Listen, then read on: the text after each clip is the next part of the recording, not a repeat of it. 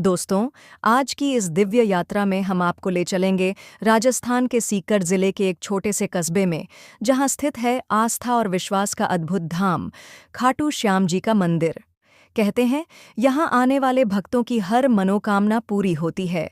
किंवदंती है कि पांडवों के समय का महान योद्धा बर्बरीक आज खाटू श्याम जी के नाम से पूजे जाते हैं। लेकिन आखिर क्या है इसका रहस्य? कैसे एक महाबली योद्धा भगवान श्री कृष्ण के वरदान से कलयुग के श्याम कहलाए? कैसे खाटू के मंदिर में उनके शीश की स्थापना हुई और क्यों आज भी लाखों लोग यहाँ खींचे चले आते हैं? महाभारत काल में घिरकट नामक जगह पर गहिरसेन नाम के राजा और मोरवी नाम की माता के घर जन्म हुआ था बर्बरीक का। वह भीम के पौत्र और घटोत्कच के पुत्र थे। बर्बरीक बचपन से ही अद्भुत शक्ति और साहस से संपन्न थे। उन्होंने भगवान शिव की घोर तपस्या की और शिव जी से 3 बाणों का वरदान पाया। इन्हीं 3 बाणों के कारण उनका नाम पड़ा 3 बाणधारी। पहला बाण शत्रु की पहचान कर उस पर निशान लगाता। दूसरा बाण जिन वस्तुओं को नष्ट करना है उन पर निशान लगाता। तीसरा बाण जिन पर निशान है उन्हें नष्ट कर देता और शेष चीजें बची रहतीं। इस अपार शक्ति के कारण बर्बरीक को कोई युद्ध में परास्त नहीं कर सकता था। महाभारत का युद्ध आरंभ होने वाला था। बर्बरीक ने प्रतिज्ञा की थी कि वह सदैव कमजोर पक्ष का साथ देगा। इसका अर्थ यह हुआ कि यदि वह पांडवों की ओर से लड़ेगा तो कौरव कमजोर हो जाएंगे और वह उनका पक्ष ले लेगा।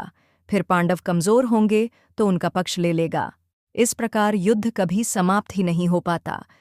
यही देखकर भगवान श्री कृष्ण ने एक साधु के वेश में बर्बरीक से मुलाकात की। श्री कृष्ण ने बर्बरीक से उनकी शक्ति के बारे में पूछा। बर्बरीक ने गर्व से कहा, मैं केवल 3 बाणों से पूरा महाभारत युद्ध जीत सकता हूँ। तब श्री कृष्ण ने उनसे युद्ध में किसका साथ देंगे, यह पूछा। बर्बरीक ने कहा, मैं तो हमेशा कमजोर पक्ष का साथ दूंगा। यह सुनकर श्री कृष्ण समझ गए कि यदि बर्बरीक युद्ध में उतरेंगे तो पांडव जीत नहीं पाएंगे।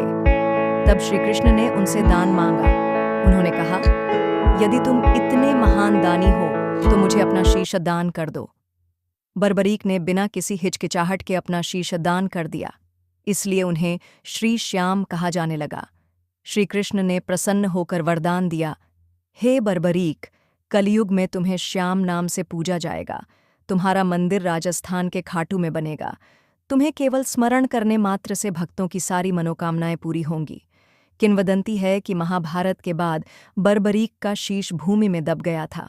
कई सदियों बाद खाटू नगरी में एक गौ चराते समय चरवाहे ने देखा कि उसकी गाय रोज एक स्थान पर दूध बहा देती है।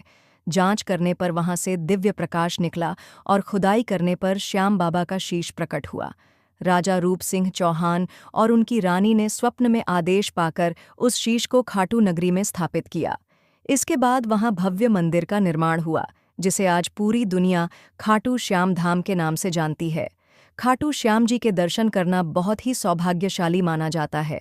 भक्त कहते हैं कि यहाँ आने से कर्ज से मुक्ति मिलती है, संतान प्राप्ति का आशीर्वाद मिलता है, रोगों का नाश होता है और सबसे बढ़कर मन को शांति मिलती है।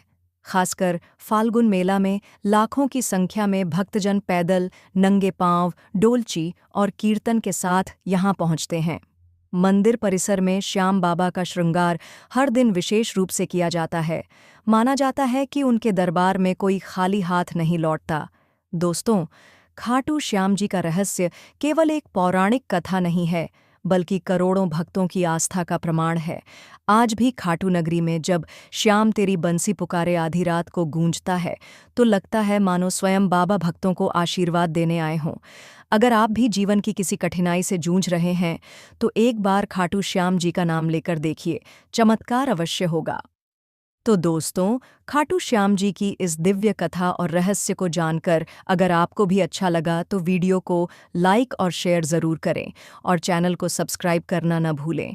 अगले वीडियो में फिर मिलेंगे, तब तक बोलिए हारे के सहारे खाटू वाले श्याम हमारे। जय श्री श्याम।